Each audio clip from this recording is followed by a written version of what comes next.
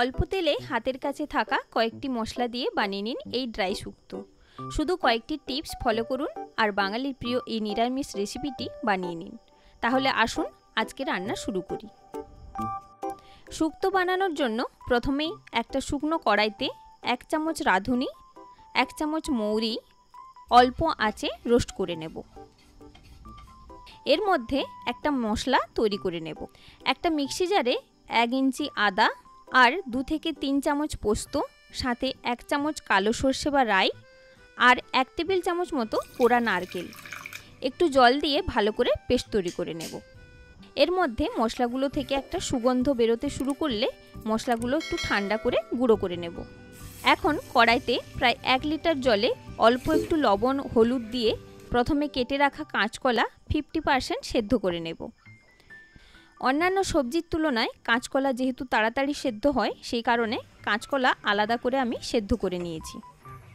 এর মধ্যে ভেজে রাখা মশলাগুলো শিলনোড়া বা মিক্সিতে খুব ভালো করে গুঁড়ো করে নেব। কাঁচকলাগুলো 50% সেদ্ধ হয়ে গেছে। এখন এগুলো জল থেকে তুলে নিচ্ছি। এখন এই জলে শুক্তোর বাকি সবজিগুলো 80% সেদ্ধ করে জল থেকে ছেঁকে নেব। এই রান্নাটিতে আমি কাঁচকলা, আলু, পেঁপে, গাজর এবং উচ্ছে ব্যবহার করেছি। বেগুন, সজনে ডাঁটা এসব না থাকলেও যে কত ভালো শুক্তো রান্না করা যায় তা খেলে আপনারা বুঝতে পারবেন। এবারে কড়াইতে 1 টেবিল চামচ মতো সর্ষের তেলে বেশ কয়েকটি বড়ি লাল করে ভেজে নেব। এখন ওই তেলেই মধ্যে কেটে রাখা একটা বড় সাইজের করলা একটু লবণ আর হলুদ দিয়ে লাল করে কষিয়ে তুলে রেখে দেব। এই একই কড়াইতে তেল না দিয়ে বাকি সমস্ত সবজিগুলো একটু কষিয়ে নিতে হবে। শেষে কাঁচকলাগুলো কষিয়ে তুলে নেব। এখন কড়াইতে অল্প একটু সর্ষের তেল দিয়ে তাতে 2টো শুকনো লঙ্কা, 2টো তেজপাতা এবং 1/2 চামচ 5 ফোড়ন একটু ভেজে নেব। ভাজা ভাজা হয়ে গেলে পেস্ট করে রাখা আদা পোস্ত বাটা দিয়ে মাঝারি আঁচে এই মশলাগুলো ভালো করে কষিয়ে নেব। মশলা ধোয়া 1/2 কাপ জল অ্যাড করেছি। এই জলটা পুরোপুরি শুকনো না হওয়া পর্যন্ত আস্তে আস্তে কষিয়ে নিতে হবে।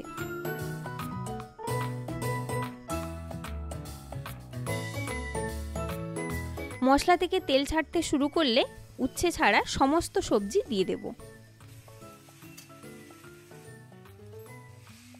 ভালো করে মশলার সঙ্গে সবজিগুলো মিশিয়ে নেব।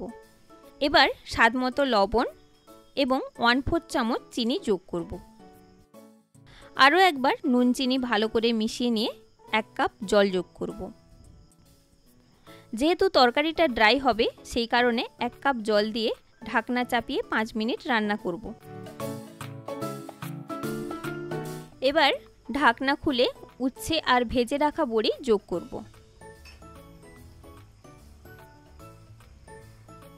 শেষে ঢাকনা দিয়ে আরও 2 মিনিট রান্না করে নিলে শুক্তো অনেকটা ড্রাই হয়ে আসবে। সমস্ত সবজি খুব ভালোভাবে সেদ্ধ হয়ে গেছে। এই অবস্থায় ভেজে রাখা গুঁড়ো করে রাখা মশলা উপর থেকে এভাবে ছড়িয়ে দেব। দারুণ একটা সুগন্ধ পাবেন।